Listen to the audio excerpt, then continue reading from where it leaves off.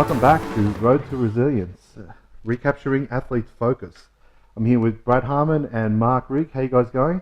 Good, mate. You? Yeah, awesome. Yeah, very good. Very good. Awesome. So we've had some seriously awesome conversations. The emails are coming through flat out and we're trying to get through them all. Thank you for everybody who's listening. Today's subject is being a strong team player. I think that even if you're in a personal athlete sport where you're a track runner or something like that, there's still a team behind you pushing you along. Wouldn't you guys agree? Definitely. Absolutely. Yep. Yeah. And so why is it so important to be a good team player, do you guys think? I mean, I suppose it gets back to what we've previously discussed in values, and, you know, being a team player is certainly going to be something, or being a giving person. Most people are going to value, and being a team player, ultimately, if we look at it from as an athlete, that little selfish point of view, team player comes back around to you. And it's not until the end or nearing the end of many athletes' careers that they start to really give to their teammates and really genuinely want to see them succeed and help them out. So throughout the journey, you'll help your teammates and give them advice. A little bit of a personal story from my journey in professional baseball. It was dog eat dog. It was you versus the next guy on the team. So it was hard to understand that being a good team player and helping your teammate might propel him above you. And if he goes above me, that's the difference between me having a career in this game or not. So it's a real double-edged sword, from being a good team player to also wanting the best for yourself. So now, towards the back end of my career, and it all ties in with balance in life, balance in sport. What being a good team player does for me is allow me to stay in the game. So when I would struggle over in professional baseball, I was a really poor teammate. And I would sit in the dugout and basically sulk and just want someone to come and tell me it was going to be okay and I was good and, you know, don't worry about it. Now what I do is I've got a bit of a rule where if I make an out as a hitter, I have to say something to the next batter that goes up from our team. What that instantly does is take the attention off the fact that I just failed and bring me back to being a good teammate. That instantly brings me back into the game and allows me to continue to play at what I can deliver for that day, the best of what I can provide for that day. So being a good teammate not only allows us to walk away from our sport or the game that day feeling good about ourselves, regardless win, lose, draw, about the fact that we contributed, but it also is going to come around and help you personally with your performance that day, because it's going to keep you in the contest and keep you in the game. So it's going to help you in the long run. Yeah, definitely. Yeah, absolutely. I'll go a little step further. I think there's some people out there, especially in our sport, in the softball world, that are born to be team players. They're no superstars. They do a lot of their work off the field. I remember playing a couple of tournaments in my career, and you were in those teams as well, Luke, that we had one or two guys in particular that focused so much on helping everyone else that actually cost them a spot in the team, in the lineup, but they still felt like that they were a part of it. And they did. They played a massive role in us winning that particular year, because he got everyone up and about and he sacrificed his own actual playing game for that. And then on the other hand, we had players who were superstars who may have had that bad day, who then just did go and sulk and sit in the sheds and sulk and really focus on how poorly they'd done and how they'd let the team down, when they didn't realise that by sitting there sulking about it, they were bringing everyone down rather than doing exactly what you said, getting everyone back up. So very, very important to be a team player. And I think you're right when you touched on it. The guys late in their career find a way to then start to pay it forward and to be more active and more of a team player. Yeah, definitely. And 100%, I can't agree with both of you any more than I already do. The one thing that I would add to that is, can you win without a team? Can you win without a team? Even if you're an individual athlete, track star, for an example, run for myself, can you win without a team? I'm pretty sure I know there's athletes out there, tennis players for an example, that probably should have and it didn't because they didn't have the right team around them. So to answer your question, I don't think you can. Mm-hmm. What do you think, Brad? No, I'd agree. There's 1% that are just truly that gifted. But for 99% of us, no, you need a team, but the right team. Yeah, definitely. definitely. So that's why, to me, it's so important that we are good team players, because if I'm not a good team player, and I've been in teams where I've had some really shitty teammates, some really bad ones that have made it all about them, and even gotten to a point where they want to go fisticuffs within the team. Those sorts of people, I never want to give back to them, never. And so it got to a point where I would distance myself from that person to do whatever I could to just play and then move away. It was really, it made the culture in the team so unbearable that it actually ended my career. It really did end my career. And you were in part of those teams as well, Mark, Yeah. where we've had players like that. And how did you guys deal with it? I'm sure that you would have had similar situations, Brad, where you've had those sorts of people, or maybe you've even been that person. I know in the past I've been that person. How do you guys get over that? Where do you move forward? How do you recognise? What do you do? How did it impact you? It's a tough one because it can impact you to the point where you do walk away. And as you said, you know, you felt like you were forced out of the team because of those particular people, and that's really hard. And it's hard to be a part of that team because you turn up to training or to play or to do whatever you're going to do, and you just feel like you don't want to be there because of the way that some people are. But then it gets around to the culture, weeding those people out, and that's what's important in teams, especially in team sports, is that you remember your values and who you are and why you're doing what you do, and that then would theoretically weed out those bad eggs. So eventually that's what did happen in that team, and with those players that you're talking about, is that they did either shift their focus and become a better person, or they just left. Yeah, definitely. What about you, bro? Yeah, I agree. And for me, the key is what you're saying about having a good team around you and weeding those out.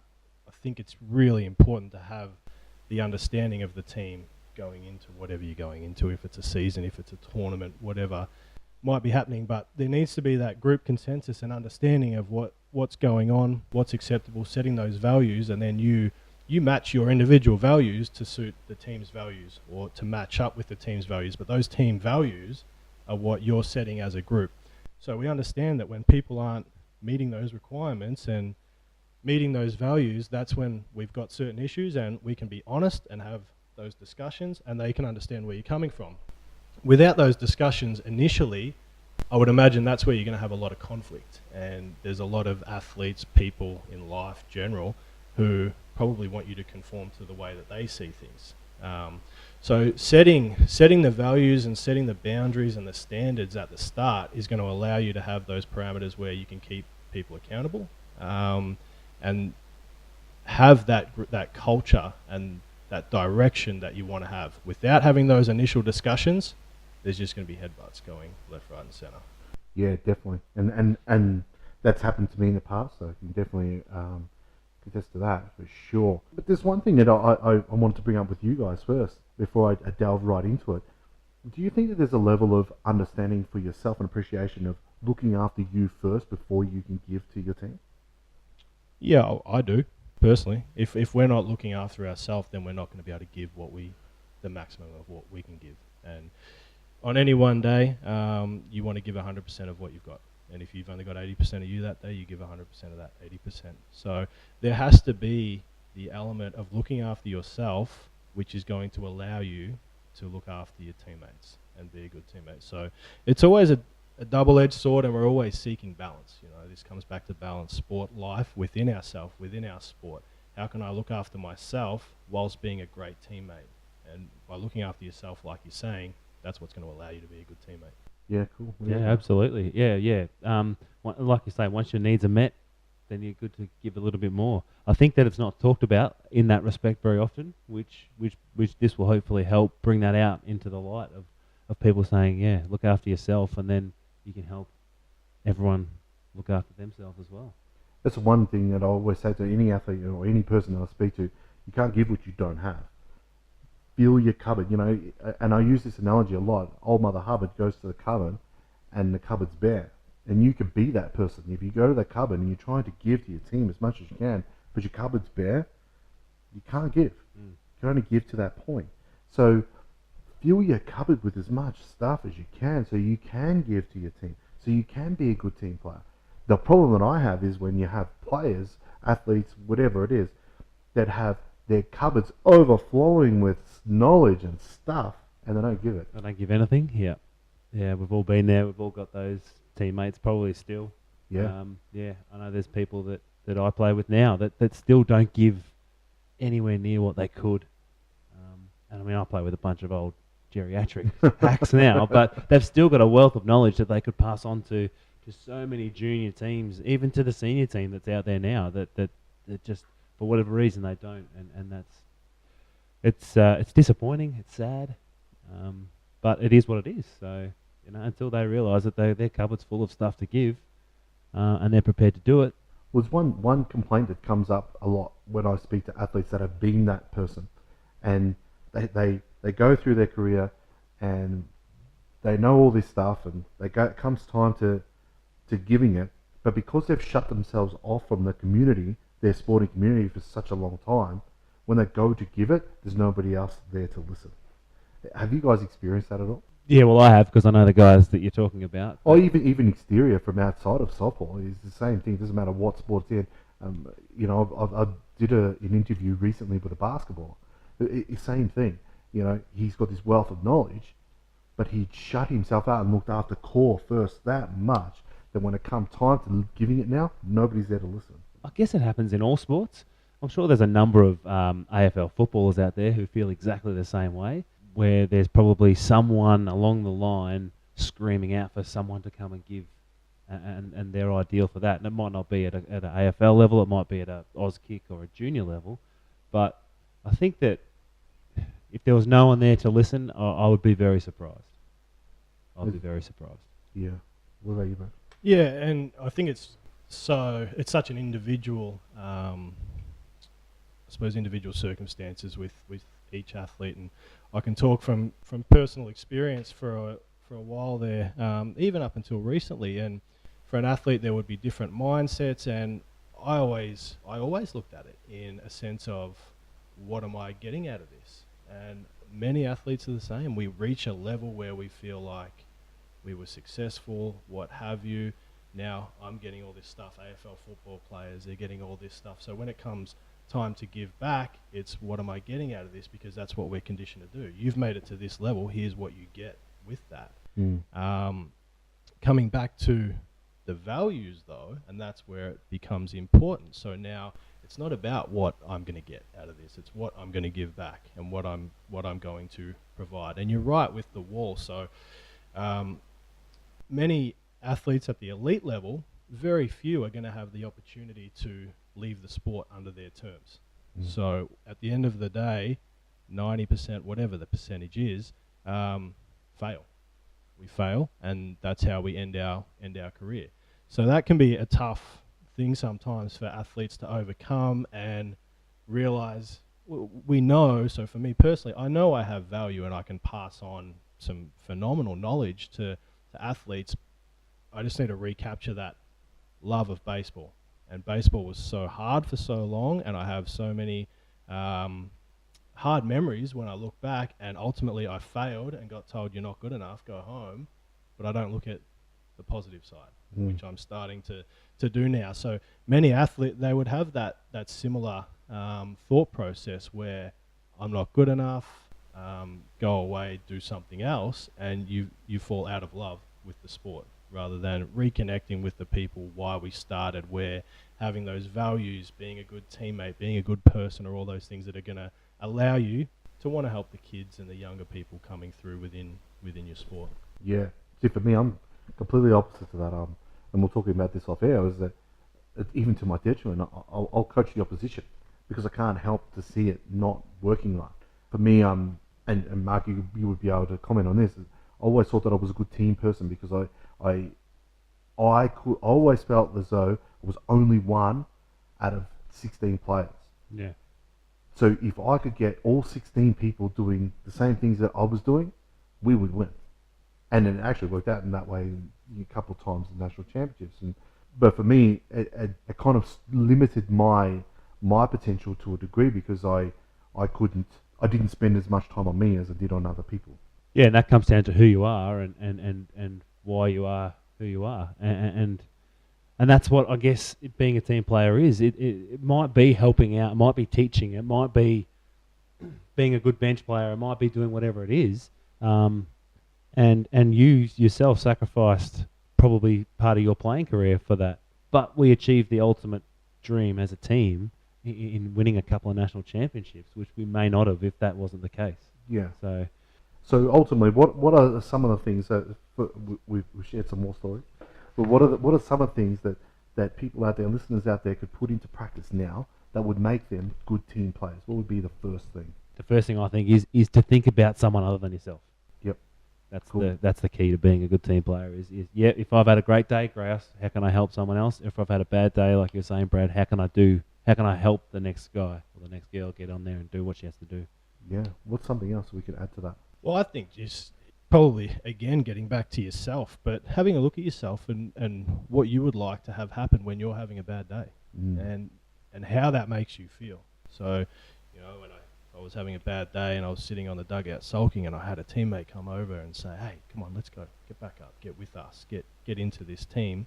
Okay, I'll come with you.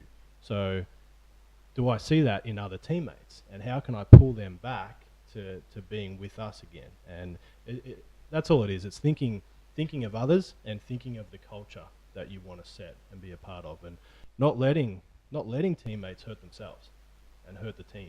Yeah. That's all they're doing. They're disappointed that they let the team down, but they're going to let the team down more by their actions after what they've done. And whether it's strikeout in baseball or whatever that might be. So having a look at your actions and what would help you in that period. Use that with your teammates. And it starts to compile, doesn't it? So if you sit back in the dugout and sulk up a little bit, you're compiling more stuff on top of the stuff that you've already done. We don't need any more. Let it go. And for me, I think it's never stop educating yourself. Again, with the cupboard, the cupboard will at some time be bare because you have exhausted all the resources that you have. But if you never stop educating yourself, that cupboard continually stays full. And the one thing here is that I wanted to just add here is if we're educating ourselves only on our sport, people will go beyond us. Teams will move beyond us. Players will move beyond us. Coaches will move beyond us. If we are continually educating ourselves on the stuff that happens externally to the sport, the mindset behind it, the cultural behaviour that happens around it, then I think that as well as understanding the sport in a different detail, then I think that we can tackle any problem with greater detail, with a greater understanding and appreciation of where players are at, where coaches are at, where athletes in general are just going and where they're heading and why they're heading there. Is there anything you guys want to add to that? No, it's another good summary. Yeah, absolutely. It's the vibe. What about you, Brad? You're all good? No, yeah, I agree. I agree with everything you just said. Okay, cool. All right. Well, if you guys have any other questions, keep sending them in. We'll get around to them. We've got so many to go through, and we'll see you on the next one. Remember, support@goalcentral.com.au. So until next time, keep striving for greatness.